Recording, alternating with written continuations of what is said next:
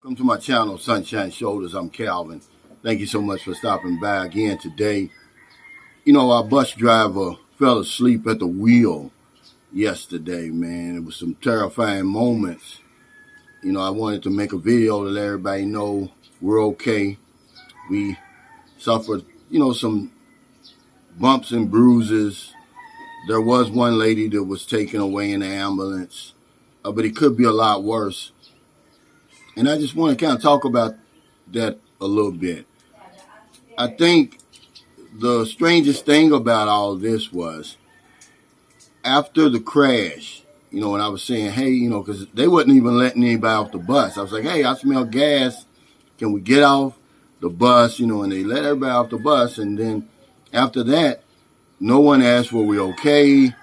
When the police came, they never asked any questions. And the ambulance came, is everybody all right? Anybody else need any treatment? Nothing. It was like the accident never happened. They didn't even tell us when the next bus was going to be coming for us to go on about our way. Because we were coming from Dumagetti. I had to do my visa extension. And it was just like any other time. You go to the series bus line and you get on the bus. It was an Aircon bus. We were in the third seat where you can see everything, because it got the big windows, the big front window. You can see everything out. It's about 20 minutes into the trip. We're going at a considerable amount of speed, and I see this truck. He's coming out. We had reached, I guess, Cebu Land is what they call it, where the ferry comes over. And the tractor trailer, or semi-trailer, whatever you want to call it, obviously was coming off the ferry. And he's coming into the road. I could see it. I'm about 20 meters away, about a little bit more. And we could see them coming out. But the bus is just going at the same speed. It never stopped. And it didn't stop until it crashed into the side of the truck. The crazy thing about it was everybody was saying, hey, I know he's going to stop. But the closer he got, then people start screaming. This guy never heard anything because he was asleep. The conductor said he had closed his eyes. He had nodded out. The conductor, he's the guy who, takes your money and gives you your tickets. I'm sure he's hurt today. I'm sure he's sore. I don't know how in the world that driver didn't go through that windshield.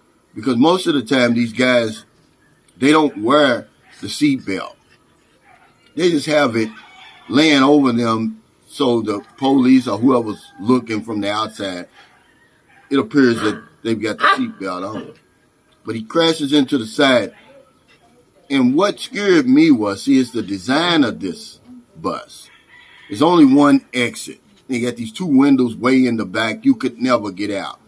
If that bus would have caught on fire, we would all perish. There's no way to get out. So be careful when you ride those type of buses. Always look for the bus that has that exit, that side exit.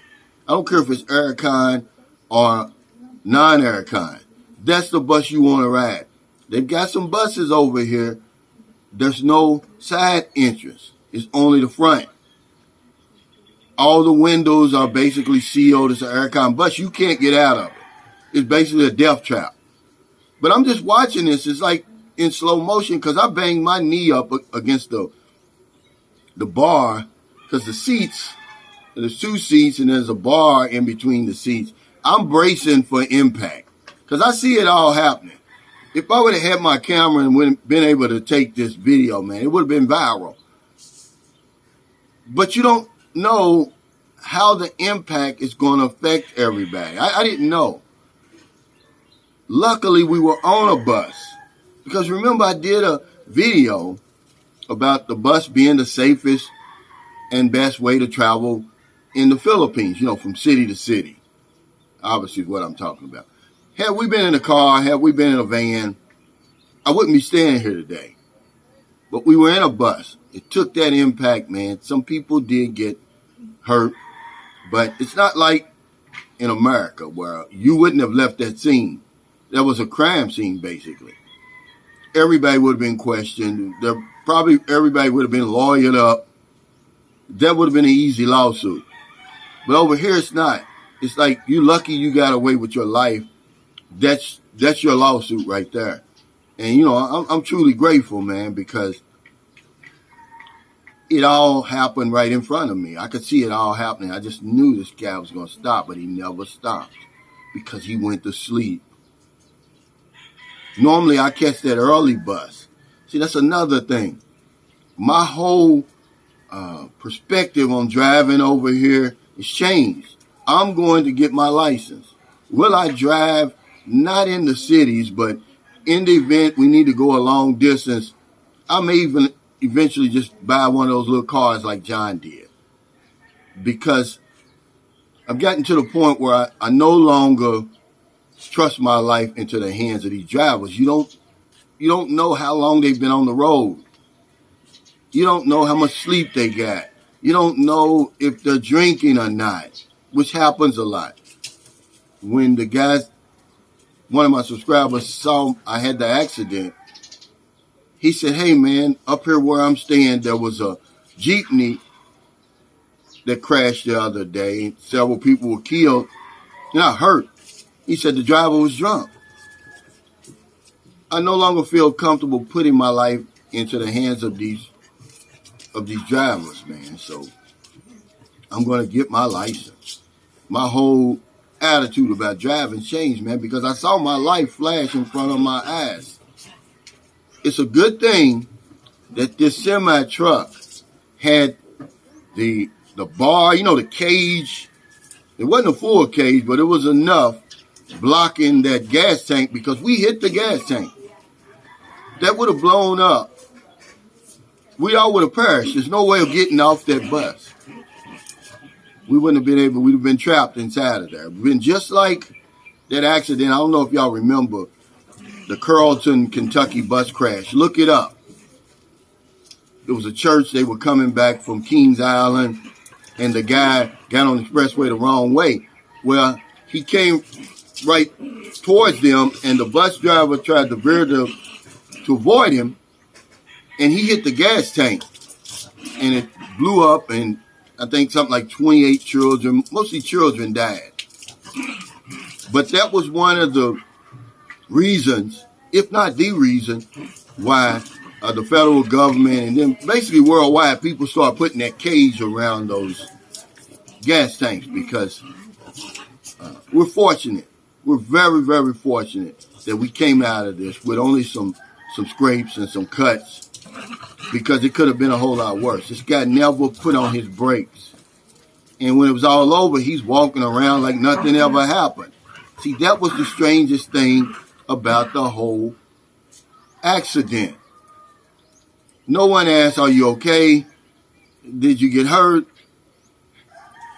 Here's the next bus coming. The conductor, who was really seriously hurt, he was in the front with the crash. All he did was give everybody their money back. And that was it, man. So be careful when you're on these buses. I would try to get them early in the morning. The later you ride these buses, man, the more liable the guy's been on the road all day. And I think that's just what happened. Or maybe he'd been up drinking, or maybe he just, for whatever reason, he wasn't able to get any sleep. But the conductor said, yeah, he closed his eyes. His eyes were closed. So thank y'all so much. I just wanted to give y'all an update. Let us know we're okay, man. You know, we dodged a bullet. Honestly. I thought it was going to be a whole lot worse, man. I had no idea what the impact, how that bus was going to handle that impact, because they were more worried about the bus than they were the people. We do have a confirmed date and location for the meet and greet. Come on, these dogs are getting on my nerves. Get over there. April 27th at 5 p.m. in Cebu City, the Phillies Sports Bar and Restaurant. It's a pretty nice place. It's going to accommodate as many people show up. It's got a downstairs, upstairs, full menu. I'm going to post it on my community page. Come on out, guys.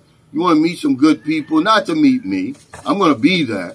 but meet other expats. Make some connections. Get some phone numbers, some emails. Have a nice meal. Have a good time. It's going to be on a Thursday, so we're going to beat that weekend crowd over by Mango Square. Come on out, guys. If you're in America, it's late. Before you let your head hit the pillow, please find somebody to help. If you don't want them late grocery runs, beer runs, weed runs, just getting off second shift, or you're on your lunch break. See somebody out in the street, buy them something to eat, buy them something to drink, give them a few dollars. Excuse me. If you're in the Philippines, it's not even 7 a.m. yet.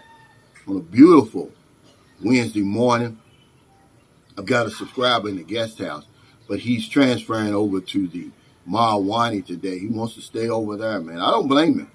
They got a nice hotel, nice food. Now a day goes by, I don't help somebody, man. I don't know who I'm going to help today. I don't know how, I don't know where, I don't know when, but I'm going to help somebody. Because if I don't know anything else, I know this one thing for sure. When we help other people, we help ourselves. Take care, stay safe, stay out of trouble. I'll see you next time. Be careful on these buses, guys. You know, I have a whole new attitude and outlook on driving over here. It could have been a whole lot worse. I'm thankful we got out alive.